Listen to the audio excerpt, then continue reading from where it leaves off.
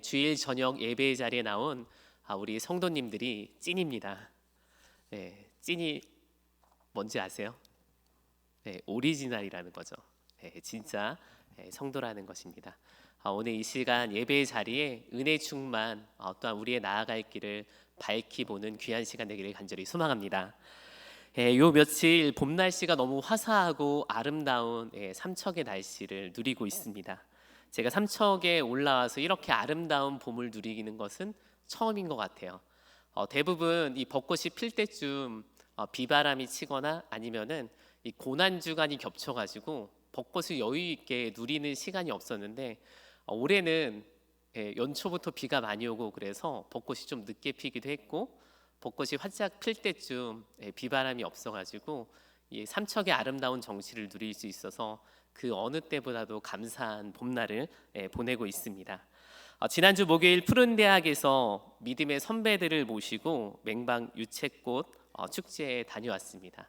우리 사진을 한번 살펴볼까요? 맛있는 점심도 먹었고요.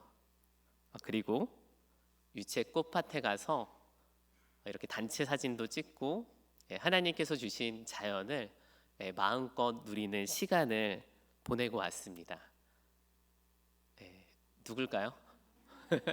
우리 홍 권사님 또 전찬혁 권사님 부부인데 부부가 참석한 이 어르신들이 몇 안 돼요. 그래서 두 분 멀찍이 떨어 계시지 말고 오셔서 좀 자랑 좀 하시라고.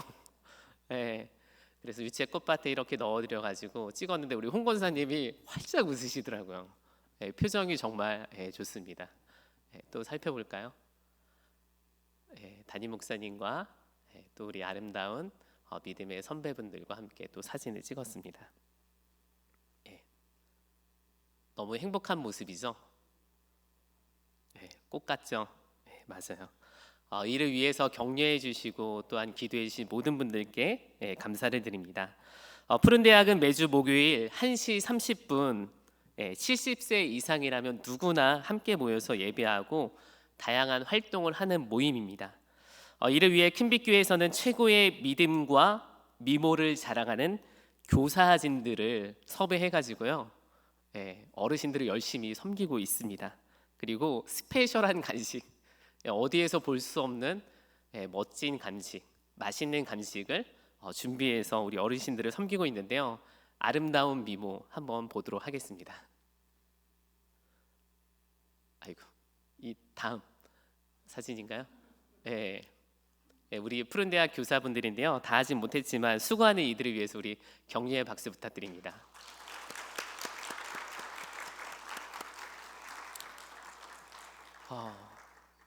사역을 하다 보니까 푸른대학에 대해서 이런 이야기가 들리더라고요. 나 푸른대학 안 갈래. 푸른대학은 70세가 되면은 누구나 참여할 수 있는 그런 그룹이에요. 어떤 집사님께서 고민하시다가 올 초에 목사님 저 푸른대학 가야 될 것 같아요 하면서 숙회 편성할 때 좀 조정해 주세요 하더라고요. 올라가야 될지 말아야 될지 고민이 되시나 봐요. 그래서 제가 얼른 올라오시라고 했습니다. 그분이 누구냐면요 김명자 집사님이에요. 이번에 함께 푸른대학에 동행하시고 많은 웃음꽃을 피웠는데요. 그분의 모습 한번 제가 보여드리도록 하겠습니다. 우리 김명자 집사님인데 꽃밭에서 한박 웃음으로 우리 푸른대학 멤버십을 함께 누리게 되어서 얼마나 감사한지 모릅니다. 푸른대학 오셔서 뭐라고 얘기하시냐면 목사님 정말 편해요. 그리고 좋아요. 이곳에 함께 어울릴 수 있어서 너무 감사하다고. 그래서 제가 그랬습니다. 집사님 막내예요. 눈치껏 하세요. 제가 이렇게 화답했습니다. 푸른대학에는 기쁨과 즐거움이 있는 곳이고 하나님을 경험하는 공동체입니다. 올해 푸른대학 주제를 꽃보다 청청이라는 주제로 잡아보았어요.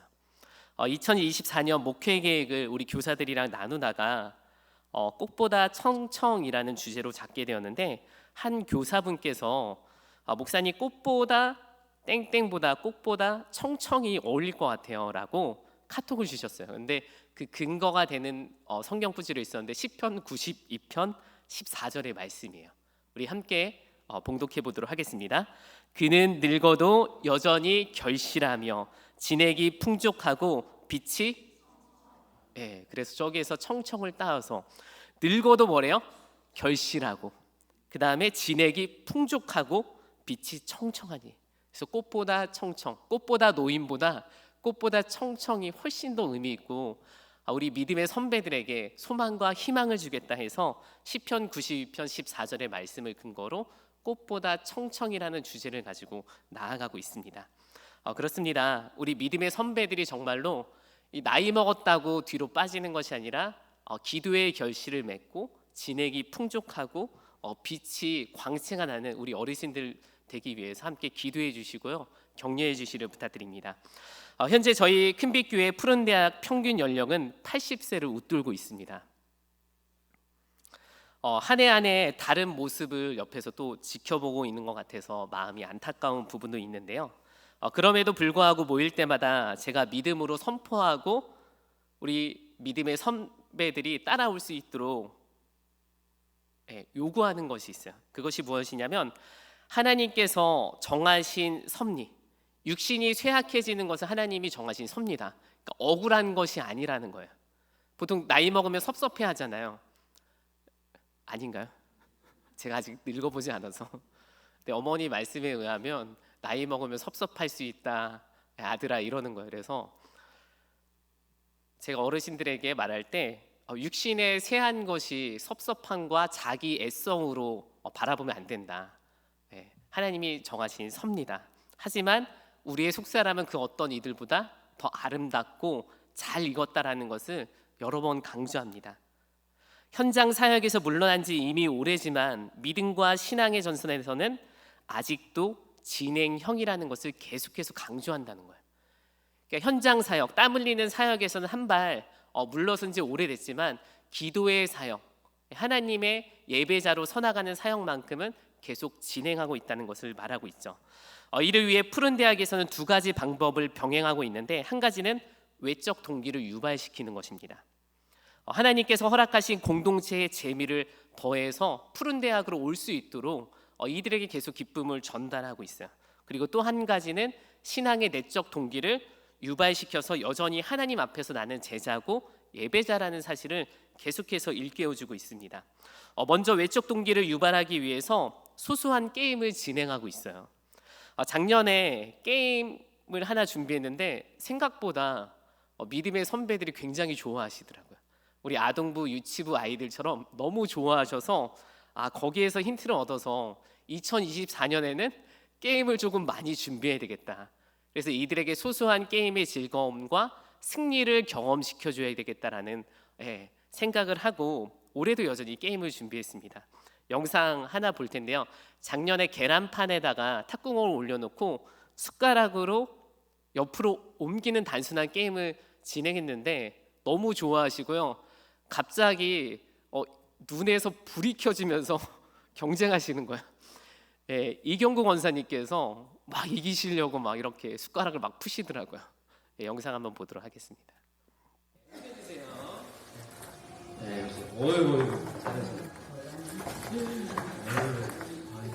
이경규 권사님 저 스피드 보이시죠? 엄청 빠르죠?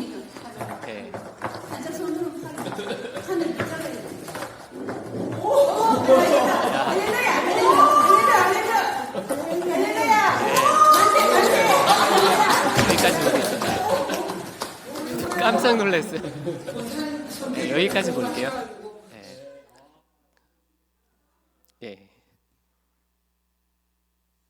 갑자기 막 이렇게 숟가락을 막 이렇게 푸시더니 옆으로 넘기시는 거예요. 그래서 저분도 도전 의식이 아직 있구나.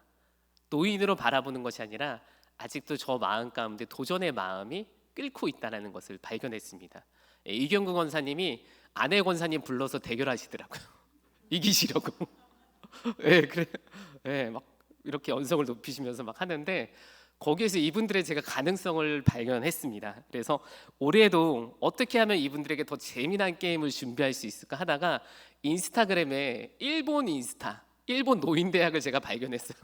그래가지고 우드락을 막 잘라가지고 이분들이 도전할 수 있는 소근육 게임, 그리고 어떻게 하면은 삶의 소소한 기쁨을 성취시켜 드릴 수 있을까 도전하고 준비해서 올해도 준비했는데 여전히 좋아하셨습니다. 영상 한번 또 보도록 하겠습니다. 네, 천천히 그렇죠. 오, 좋아요. 저게 생각보다 어려워요. 네. 한 번 더 성공할 때까지. 네. 자, 외적 동기의 많이 당기시면서 이렇게 성취감. 많이 당기면 그래서 성공할 수 있도록 계속 돕는 거죠.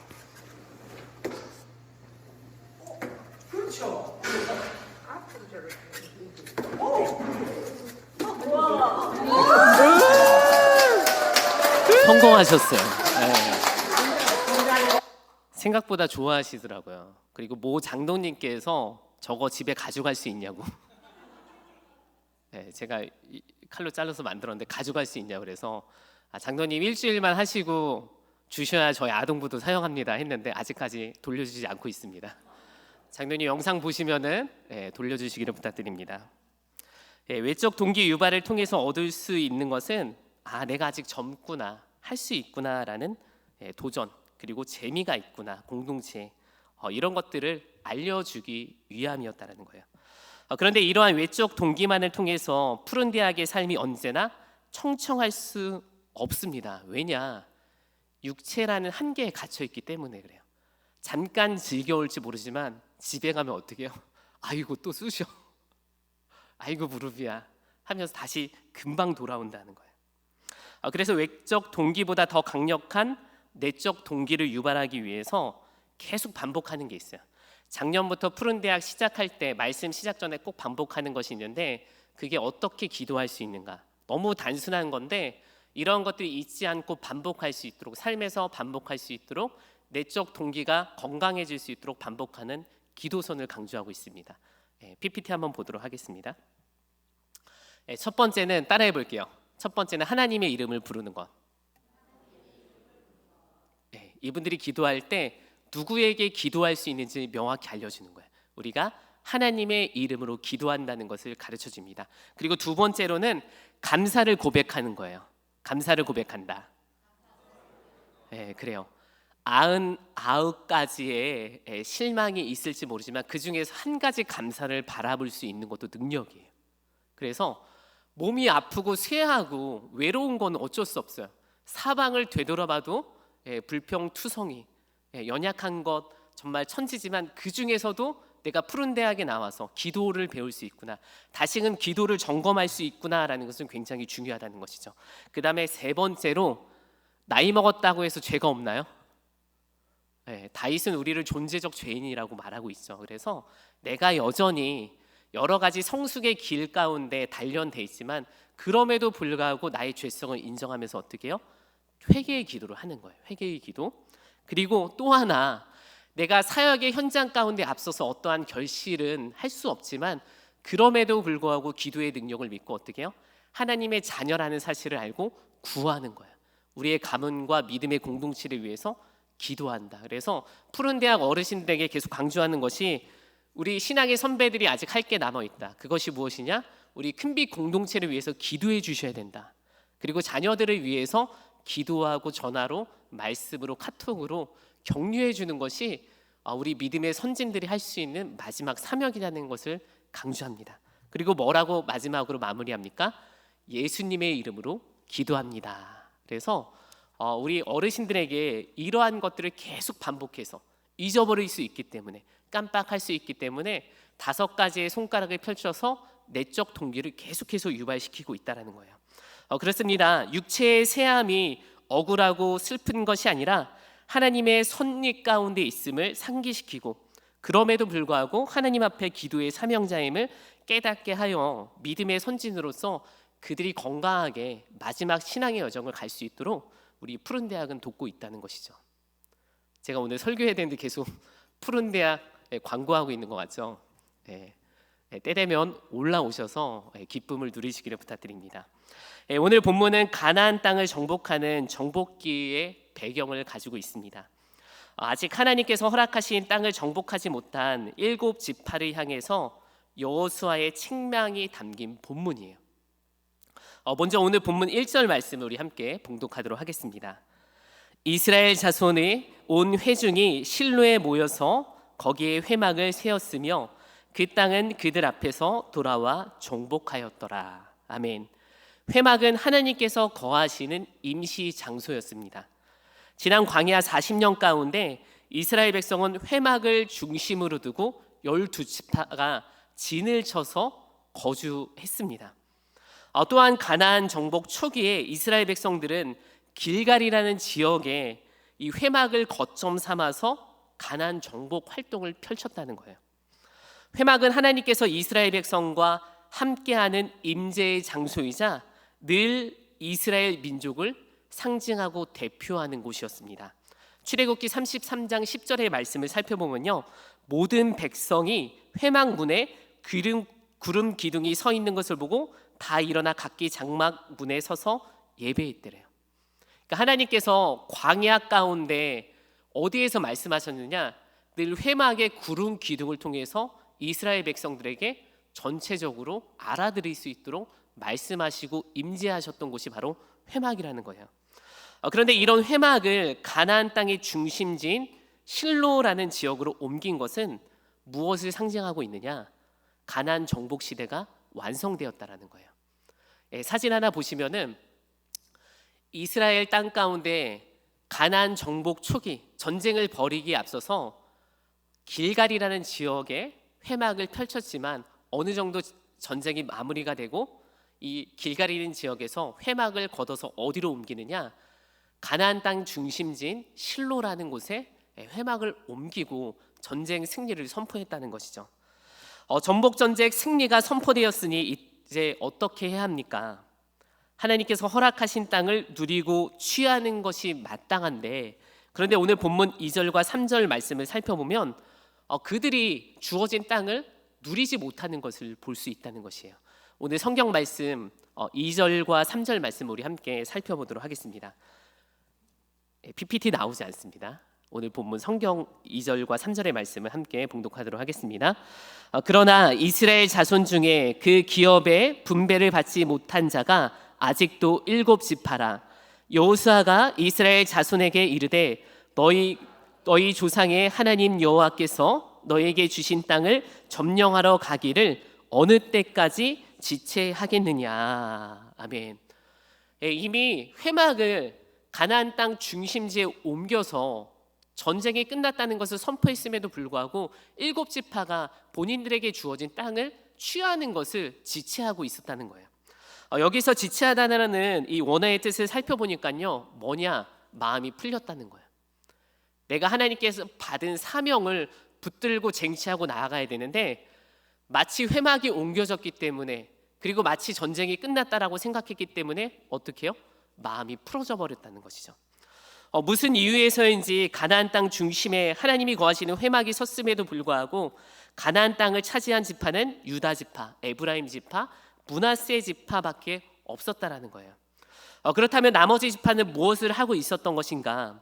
여기에 몇 가지 이유가 있었는데, 그것은 첫 번째, 가나안 땅 중심부를 먼저 차지했던 유다 지파, 에브라임, 므낫세 지파들에 대한 상대적 박탈감을 느꼈다라는 거예요. 약 10년 전쯤에 이 대한민국 사회에 이런 단어가 많이 유행했는데 수저 계급론이었습니다. 그러면서 너는 무슨 수저냐 물어보죠. 그러면서 금수저냐 흙수저냐라고 서로를 구분하면서 우스갯스럽게 이야기를 풀어나갔지만 이것이 대한민국 현실의 사회의 현상이었습니다. 그런데 이 수저 계급론이 이 사회를 평가하는 어떤 지표였을지 모르지만 다음 세대, 이 사회에 진출하는 이들에게 어떤 부정적인 영향을 주었느냐? 그 수저 계급론에 자신의 삶을 제한시켜버리는 부정적인 영향을 주었다는 거예요. 수저 계급론 이후 등장한 단어가 있었는데 그것이 바로 상대적인 박탈감이라는 거예요. 내가 무엇을 하지도 않았는데 타인의 그 상황을 보면서 내가 상대적 박탈감을 느꼈다는 것입니다. 이 상대적 박탈감이라는 내용을 조금 더 자세히 살펴보면 자신이 마땅히 누렸어야 하는 것을 빼앗긴 심리적 상태를 말한다는 거예요. 유다지파, 에브라임, 므낫세가 받은 땅의 위치를 놓고 이들이 상대적 박탈감을 느꼈을지 모르지만 깊숙이 들어가 보면은 그들이 먼저 수고했기 때문에 받은 땅의 유업이라는 것입니다.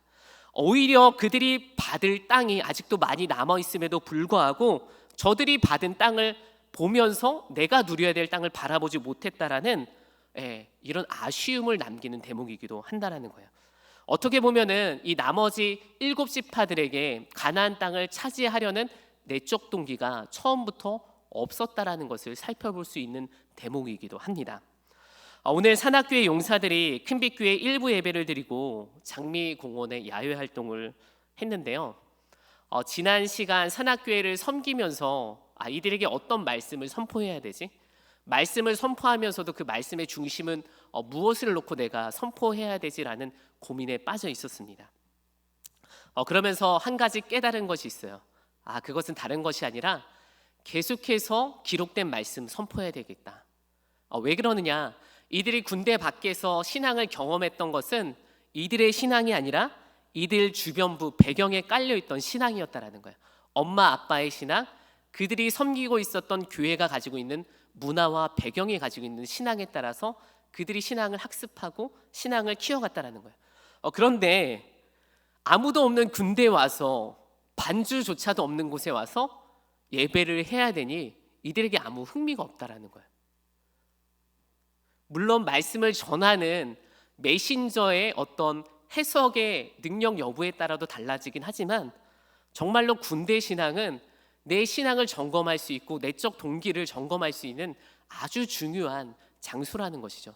그래서 여기에 집중하여서 그들에게 신앙을 도전시키는 일들을, 그들에게 신앙을 어떻게 하면은 도전시킬 수 있을까, 이 내적 동기를 유발할 수 있을까라는 거에 집중하면서 설교를 했었던 기억이 납니다.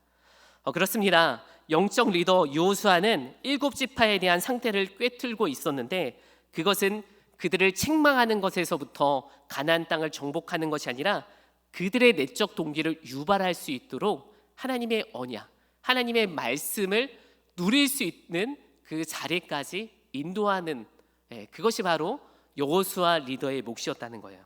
오늘 본문 4절의 말씀을 함께 살펴보면 여호수아가 그들에게 어떻게 내적 동기를 유발시켰는지 말하고 있는 대목입니다. 함께 4절의 말씀을 봉독하도록 하겠습니다.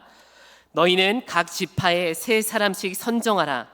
내가 그들을 보내리니 그들은 일어나서 그 땅을 두루 다니며 그들의 기업에 따라 그 땅을 그려가지고 내게로 돌아올 것이라. 아멘. 그동안 연합전선군에 섞여가지고 진격 앞으로 다 같이 가나안 땅을 점령하는 것에 있어서 목적을 두었는데 이제 각기 지파가 자신의 땅을 점령하는 것에 있어서 내적 동기가 일어나지 않았기 때문에 그들이 땅을 점령하는 것에 주저앉고 상대방이 얻은 땅만 바라보고 있었다는 거예요.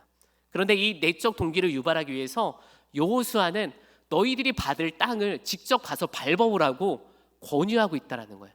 책망하고 있는 것이 아니라 책망에 넘어 그들을 언약의 자리로 초대하고 인도했다는 것입니다. 그런데 그것을 어떻게 했느냐? 지파별로 몇 명을 선발하라고 해요? 몇 명이요? 지파별로 3명을 선별하라고 합니다. 그 이유는 무엇이냐? 과거에 가데스 바냐에서 각 지파별로 몇 명씩 선별했죠? 1명씩 선별해서 가나안 땅을 정탐하게 했어요. 그런데 그곳에서 하나님의 언약을 바라봤던 이들은 누구였죠? 갈렙과 여호수아 단 2이었습니다. 여호수아가 이 과거의 경험을 바탕으로 3명을 선발했다는 거예요. 그것은 무엇이냐? 보는 시각이 다양하지만 서로가 서로의 약점을 보완하여 진리를 바라보고 언약을 붙들 것을 어떻게 해요? 하나의 띠로 묶었다라는 거예요. 전도서 4장 12절은 이것을 이렇게 말하고 있습니다. 우리 함께 봉독하도록 하겠습니다.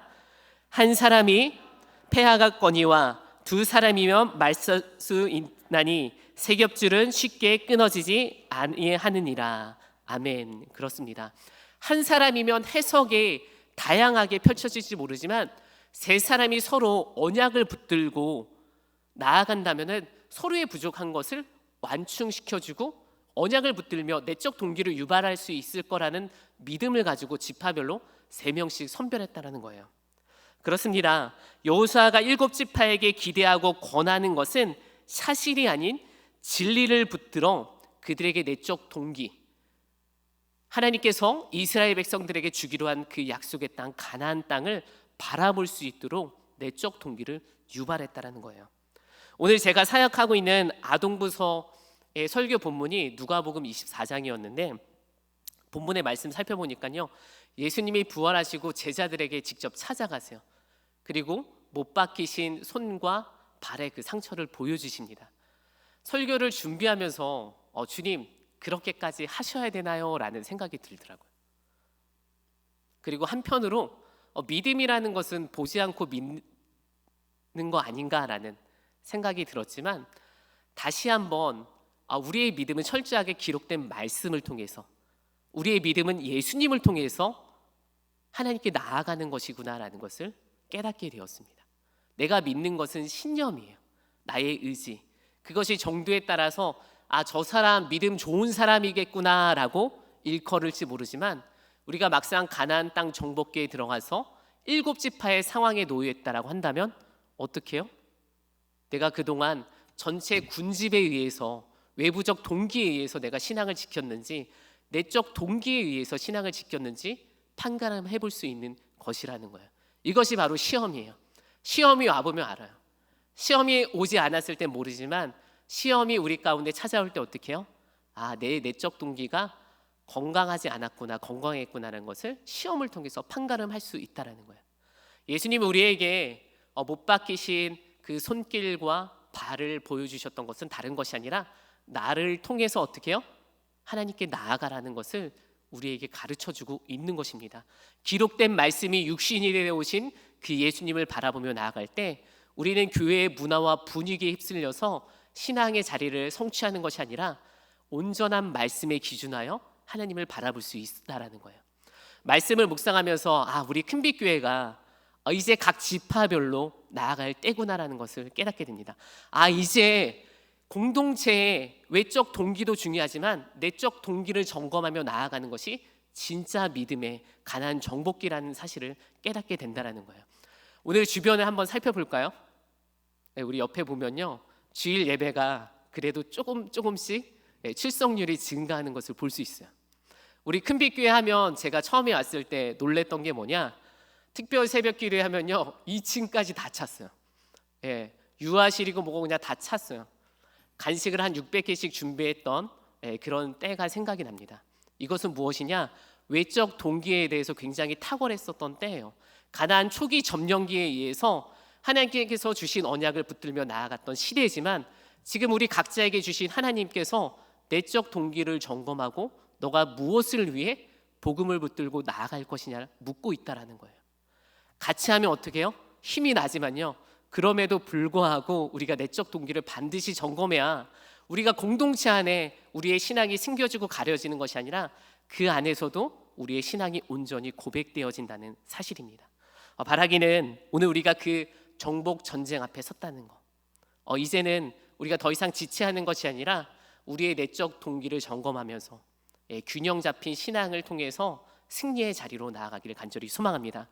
특별히 우리 리더십 가운데 이러한 말씀을 온전히 붙들어야 될 것이 무엇이냐, 리더의 자리는 굉장히 어려운 자리예요.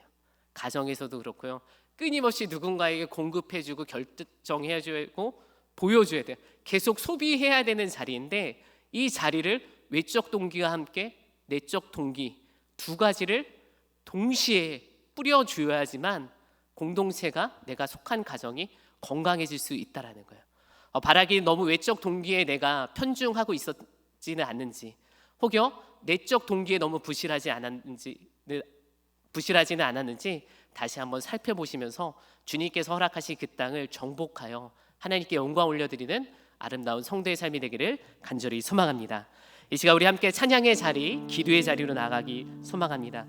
주님께서 주신 그 허락하신 땅, 무엇으로 정복하기 원했습니까? 어떠한 도구를 들고 그 땅을 정복하기를 원했습니까? 하나님께서는요 언약 붙들고 정복하기 원해요. 하나님께서 늘 이스라엘 백성들에게 허락하셨던 것은 이방 나라의 전차와 말이 아니라 하나님의 언약이었다는 것이죠. 만군의 여호와 이름을 붙들고 나아갈 때 하나님께서 열어주시고 승리를 경험케 하실 줄 믿습니다. 오늘 우리 성도의 삶 가운데 주어진 그 가나안을 반드시 정복하시고 복음을 증거하는 우리 귀한 성도의 삶이 되기를 간절히 소망합니다.